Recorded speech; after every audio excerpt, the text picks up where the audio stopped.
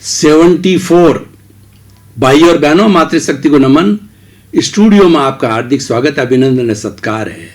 सनातन सत्य, दृष्टि विज्ञान, कुदरत, कुदरती रचना और कुदरत के कानून के अंतर्गत ये कार्यक्रम बनाया गया है। और इस कार्यक्रम के संचालन का हमारा उद्देश्य है कि आपका जो रॉन्ग बिलीफ है उसको समाप्त करके राइट बिलीफ देना है। आपकी मिथ्या धारणा को खत्म करके आपको सद ज्ञान देना है। आपके अज्ञान को मिटा करके आपको ज्ञान देना है, क्योंकि हम चाहते हैं कि आप एक अच्छे इंसान बने।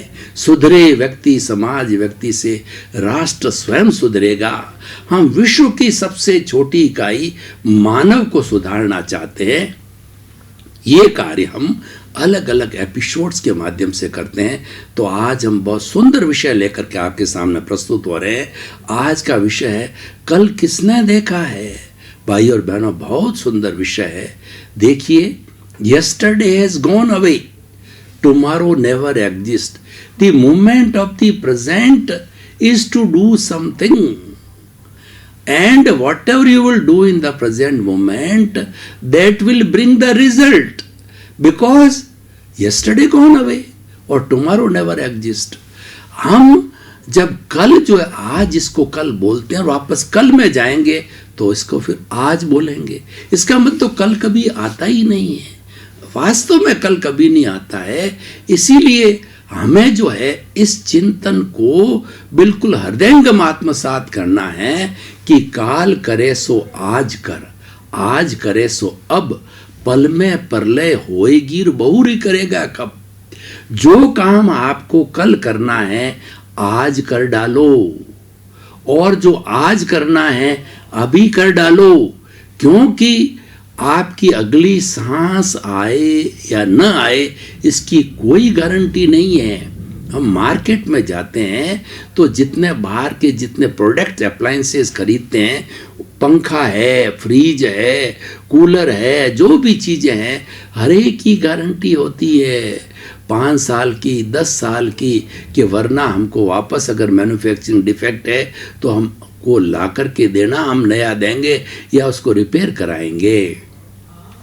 वो तो गारंटी लेते हैं, परंतु मैं आपको कहता हूं कि क्या आप अपनी गारंटी ले सकते हो।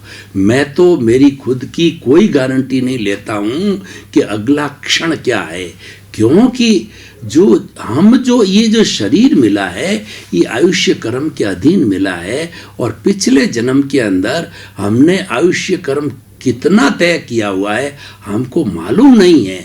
50 साल का है या 60 साल का है, 70 साल का, जितना हम आयुष्य कर्म अर्जित करके आते हैं, भाव करके आते हैं, उस आयुष्य कर्मों को सांसों के अंदर डिवाइड होता है। जहाँ सांसा वहाँ आशा। हमारा ये श्वास है, परम मित्र है, अंतिम समय तक चलता रहता है। जब तक सांस चलता है तब तक हम आशा रहती है, और सांस चलना बंद हो जाता है तो फिर हम निराश हो जाते हैं। व्यक्ति कई बार कोमा के अंदर 5-5, 7-7 साल तक जिंदे रह जाते हैं, उनका सांस चलता रहता है, क्योंकि अभी आयुष्य समाप्त नहीं हुआ। हमारी जो है जैन परंपरा के अंदर 10 तरह के प्राण होते हैं। 5 इंद्रियों के प्राण, स्पर्शन, रसन, घ्राण, चक्षु, श्रोत, ये 5 इंद्रिय प्राण, मनोबल, वचन बल, काया बल, ये 8, और श्वासोश्वास प्राण, और सबसे ऊपर होता है आयुष्य प्राण। अगर 9 प्राण चले जाएं, आयुष्य खड़ा है, तब तक आदमी जिंदा रहेगा। लद्दाख और लेह की जो है बर्फ की चट्टानों में 6-6 महीने तक जो है हमारे सैनिक दबे रहते हैं, और वो जिंदे मिलते हैं। उनको गर्म करके, उनको जो ढक करके, उनको गर्मी दे करके, उनको दवाई दे के वो कई बार जिंदे हो जाते हैं, क्योंकि उनकी सांस अटकी होती है। इनका मतलब क्या है, आयुष्य समाप्त नहीं होता है। जो व्यक्ति कोमा में जाता है, 5-5, 7-7 साल निकाल देता है, तो ऐसे बहुत से उदाहरण है। बहुत से बैठे कोमा के अंदर, तो वो क्यों जिंदे रहते हैं? क्योंकि उनका आयुष्य समाप्त नहीं होता है। तो आयुष्य प्रबल होता है। आयुष्य के समाप्त होते ही, यानी लास्ट ब्रीथ के आते ही, लास्ट सांस के निकलने के बाद फिर व्यक्ति मुर्दा हो जाता है। इसीलिए जो है कोई भरोसा नहीं है कि कल क्या हो जाए।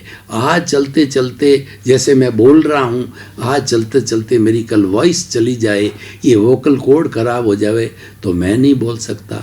चलते चलते किसी व्यक्ति का ब्रेन हेमरेज हो जावे तो वो काम नहीं कर सकता। चलते चलते हार्ट फेल हो जावे तो वो काम नहीं कर सकता। तो कहने का अर्थ ये होता है कि जो कुछ भी शुभस्य शीघ्रम, जो आपने शुभ काम जीवन में सोच रखा है वो शीघ्र कर डालो।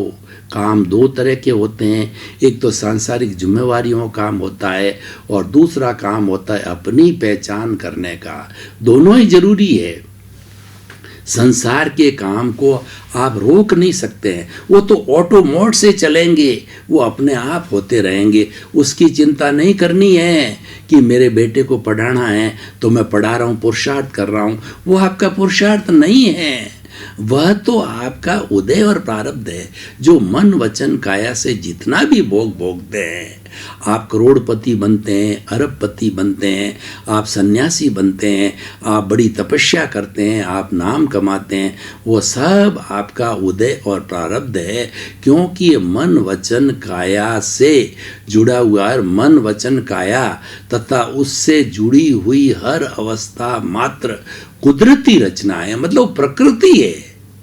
वो आपके हाथ में नहीं, और वो व्यवस्थित है। व्यवस्थित का मतलब पीछे से लेके आए, वो फिक्स्ड है, वो मैकेनिकल है, वो ऑटो मोड से है।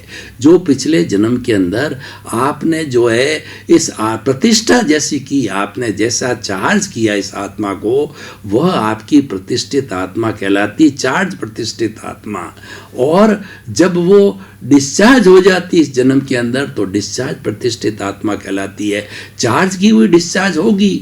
आप देखिए कि जो हमारी बैटरियां होती है 24 वोल्ट की, 12 वोल्ट की, कंप्यूटर की बैटरी, मोबाइल की बैटरी, तो उनका जो है नॉर्मली जो है उनकी एज होती है लगभग 2 साल की, 3 साल की। हमने किसी कंप्यूटर को 2 साल 3 साल तक काम नहीं लिया, पड़ा रहा, तो वो ऑटो मोड से बैटरी डिस्चार्ज होती है और 3 साल के बाद खोलोगे तो बैटरी ज़ीरो हो जाएगी, नई बैटरी लेनी पड़ेगी। इसी तरह से 24 वोल्ट की बैटरी है, उसको यूज़ करोगे तो भी डिस्चार्ज होगी, नहीं यूज़ करोगे तो भी डिस्चार्ज होती रहे। क्यों? वो तो चार्ज हुई है। और ये प्रकृति का नियम है, कुदरत का कानून है कि जो चार्ज हुआ है वो ऑटो मोड से हाईएस्ट चार्जिंग होने के बाद डिस्चार्ज करके देख लीजिए। आप मोबाइल को जो है 100% पे चार्ज कर लीजिए, उसके बाद के अंदर आप भले इसको स्विच ऑफ कर दो तो भी आप देखोगे स्विच ऑफ में आपने काम समय कम लिया है तो वो ज़्यादा समय तक चलेगी।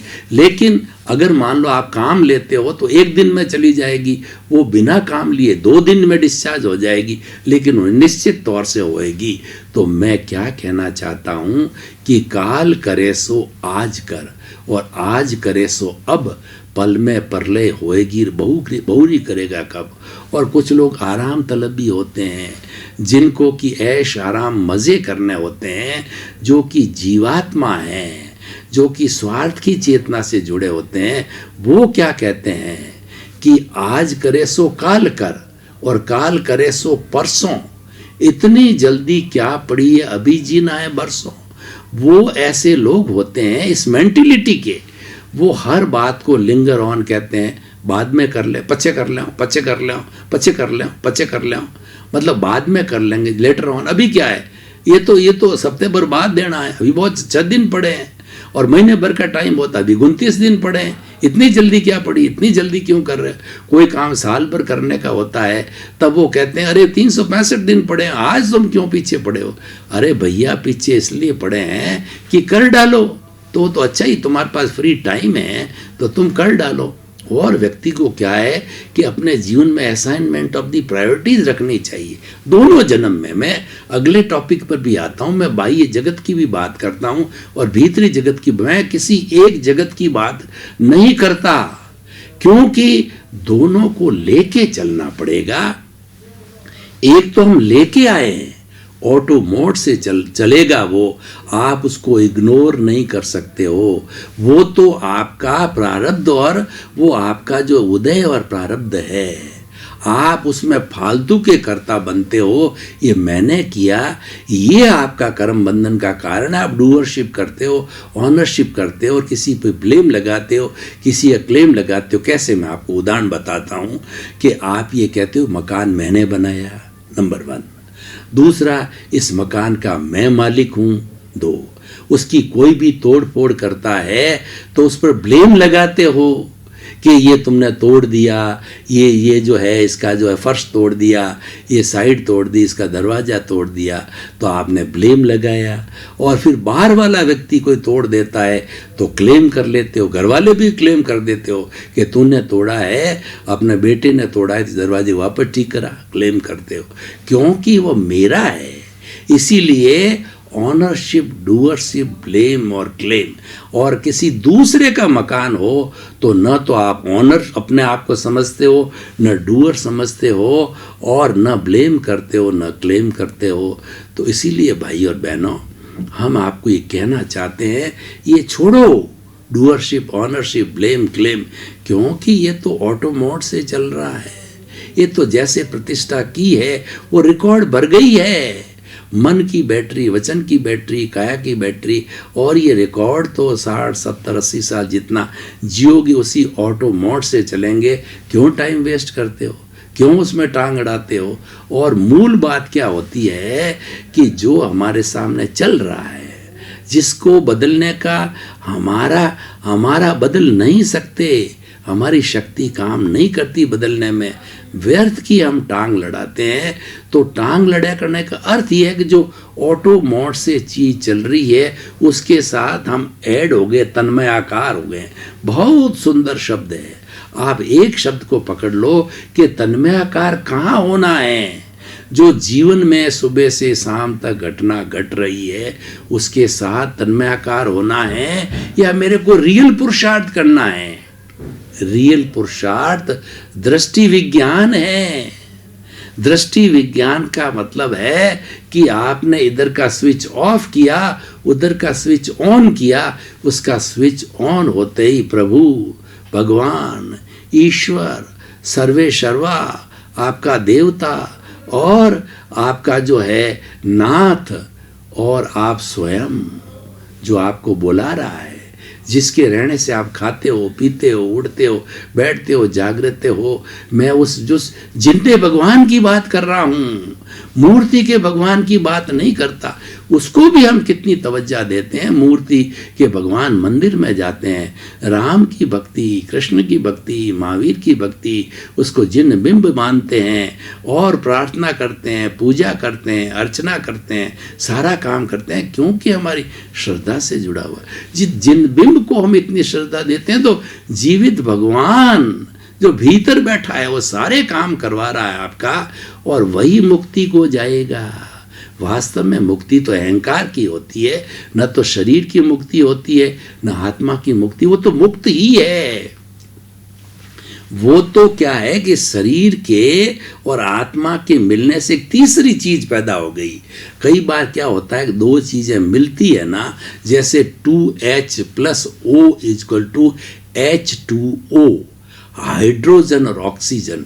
मान लो कि ये हमारी आत्मा तो ऑक्सीजन है और ये हाइड्रोजन है। जब ये दोनों मिल गए, जन्म लिया, तो तीसरा तत्व जैसे ऑक्सीजन बनी, तो तीसरा तत्व उदाहरण के तौर पर अहंकार खड़ा हो गया। सुख भुगतता अहंकार, दुख भुगतता अहंकार, जन्म लेता अहंकार, जो भी प्रवृत्ति बाहर की करता है सब अहंकार करता है। और वो लाइव होता है, चार्जिंग करता है, और वो डिस्चार्ज अवस्था में होता है। कोई ज्ञानी पुरुष मिल जावे, सदपुरुष मिल जावे, भाग्योदय हो जावे, पुण्योदय हो जावे, तो इस नाग को, इस जहर को वो मृत कर देता है। तो मृत करने के बाद के अंदर वह डिस्चार्ज अहंकार का कहा जाता है, वो मरा हुआ अहंकार कहा जाता है।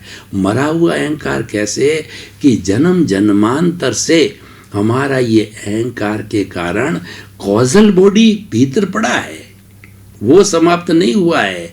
जो नया चार्ज होने वाला था उसके कारण को हटा दिया। कैसे हटा दिया? मैं आपको उदाहरण देना चाहता हूँ कि ये पुंगी बजाने वाले कालबेलिया होते हैं, ये बड़े होशियार होते हैं।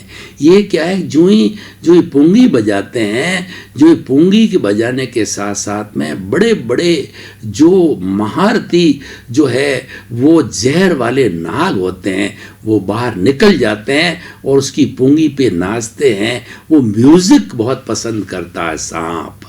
तब वो क्या करता है, सपेरा होशियार होता है, वो एक सर्जन होता है, वह उसको कंठ से पकड़ता है और कंठ से, उसको एक टेक्निक है, कंठ से पकड़ करके उसी कंठ की जहर की थैली को दबा के बाहर फेंक देता है। और बाहर फेंकने के बाद में उस बड़े बड़े से नाग को जो है पिटारे में बंद कर देता है। और वो नाम मात्र का नाग है, दुनिया के लिए नाग है, उसके लिए तो कुछ नहीं, ये खिलौना है। तो उस जो है वो जहर निकले हुए नाग को अपने पैसे कमाने के लिए, रोजी रोटी कमाने के लिए लोगों के सामने वो जो है वो नाटक करता है या खेल दिखाता है, उसको डसाता है। तो उसका कोई भी है वो जहर चटता नहीं, लोग कहते हैं बड़ा चमत्कार है और उससे पैसे कमाते हैं। तो ऐसा हमको कोई सद्गुरु, कालबेलिया जैसा सद्गुरु मिल जाए, ज्ञानी, प्रत्यक्ष ज्ञानी पुरुष मिल जावे और हमारी अनंतानुमंदी अहंकार की जहर की थैली को फेंक दे और हमको सद्ज्ञान दे दे। सद्ज्ञान देती प्रज्ञा को हाजिर कर दे। हमको अंतर, इधर अंतर आत्मा बने ज्ञान मिला, उधर प्रज्ञा जागृत हुई और प्रज्ञा जागृत हुई, मोक्ष का रास्ता खुल गया आपका, क्योंकि प्रज्ञा मोक्ष की प्रतिनिधि है। मैं आपको उदाहरण देना चाहता हूँ कि अगर कोई भी जो है प्रांत का मुख्यमंत्री कि हम खास बन जावें और हम भारत के जो है प्रधानमंत्री के खास बन जावें, राष्ट्रपति के खास बन जाए। खास का मतलब हमारी योग्यता होनी चाहिए, ऐसा नहीं कि ये अयोग्यता और खास बनते। योग्य व्यक्ति बहुत पीछे रह जाते हैं। कोई भी तरह का सरकारी काम करना हो तो हिंदुस्तान में बहुत योग्य बैठे हैं, भारत रत्न वाले, पद्मश्री, पद्म विभूषण वाले हर एक को नहीं मिलता है, साधारण को मिल जाता है, क्योंकि वो खास बन जाते हैं। तो हम भी किसी ज्ञानी पुरुष के खास बन जाते हैं उनकी कृपा से। हमारे पुण्योदय नहीं, जैसे हमारी योग्यता के आधार पे बनता है। मैं योग्यता की बात करता हूँ तो पुण्य हमारा योग्यता है। उस योग्यता के आधार पे ढूंढते ढूंढते स्वामी विवेकानंद ने खूब ढूंढा कि मुझे कोई गुरु मिले, तो उनके पुण्योदय से जो है कन्याकुमारी के मठ के अंदर उनको रामकृष्ण परमहंस मिल गए। प्रथम दृष्टवा रामकृष्ण परमहंस ने जब जो है विवेकानंद को देखा तो देखते ही जो है वह उनका पहले नाम दूसरे केदारनाथ था, उनको देखा और देखते ही उनको अपना शिष्य मिल गया और जो है विवेकानंद को अपना गुरु मिला, उनका नाम विवेकानंद दिया। बड़ी स्टोरी मैं नहीं बताना चाहता हूँ, लंबा नहीं करना चाहता, मैं बताना चाहता हूँ सद्गुरु को ढूंढिए, उनकी कृपा लीजिए और ज्ञान को प्राप्त कीजिए। और ज्ञान को प्राप्त करते ही आपको सही रास्ता, सही ट्रैक मिल जाएगा। पिच करना कुछ नहीं है। ऑटो मोड से, जैसा कि बाहर ऑटो मोड से होगा, भीतर भी ऑटो मोड से होगा। केवल आपको जो ज्ञान रूपी जो पौधा जो लग गया आपको ज्ञानी पुरुष की कृपा से, तो उसको जो ट्री गार्ड लगाइए। वो ट्री गार्ड है 5 आज्ञा। और जो हमारी वो 5 आज्ञा के साथ के अंदर हमको रोज की अपनी जो विधि करना या सत्संग करना, गुरु का प्रवचन सुनना है, वो सब खाद है। वो सारी जो है जल है, मृदा है, और वो उसका सिंचन करने से ये पौधा धीरे धीरे बढ़ता रहेगा। बढ़ने का मतलब मुक्ति की ओर जाए। ज्ञान जो है प्रज्वलित होते होते केवल ज्ञान की अवस्था और केवल ज्ञान से मुक्ति की अवस्था तक जा सकता है। तो भाई और बहनों, जो है कल किसने देखा है, बहुत सुंदर टॉपिक है।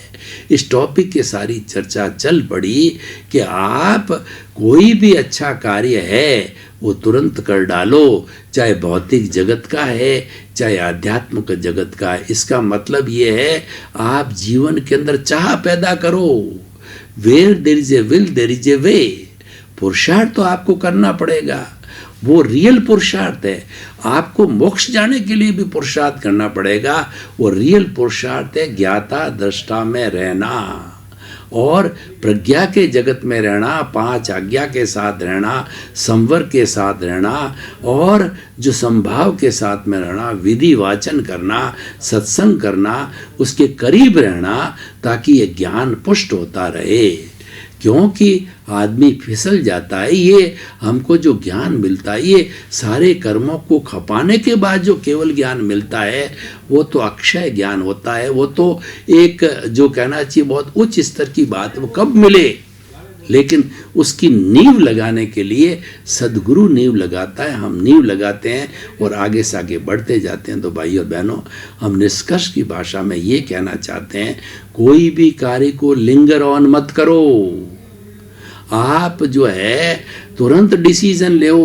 कई बार क्या होता है कि हम फास्ट डिसीजन लेते हैं तो 2-5% 10% गलती भी हो जाती है, लेकिन फ़ायदा 90% होता है। मैं आपको उदाहरण देता हूँ भाई जगत का कि सरकार पंचवर्षीय योजना बनाती है और पंचवर्षीय योजना के अंदर बहुत से प्रोजेक्ट खड़ी करती है और उस प्रोजेक्ट के टाइम लिमिट के अनुसार उसका जो है वो देखती रहती, करती जाती, तो समय पे सारे प्रोजेक्ट खत्म होकर के और जो है with in the time period और विद इन द जो एस्टिमेटेड अमाउंट हो जाते हैं। लेकिन उसके विरुद्ध सरकार ने या ठेकेदार ने या विभाग ने देरी कर दी, 1-2 साल निकाल दिया, तो वह चीज़ जो है 2 गुना 3 गुना हो जाती है, डिस्प्यूट पड़ जाता है, काम भी अधूरा रह जाता है, पैसा भी वेस्ट हो जाता है, तो वो किस काम का। भाई और बहनों, आपका बहुत बहुत धन्यवाद।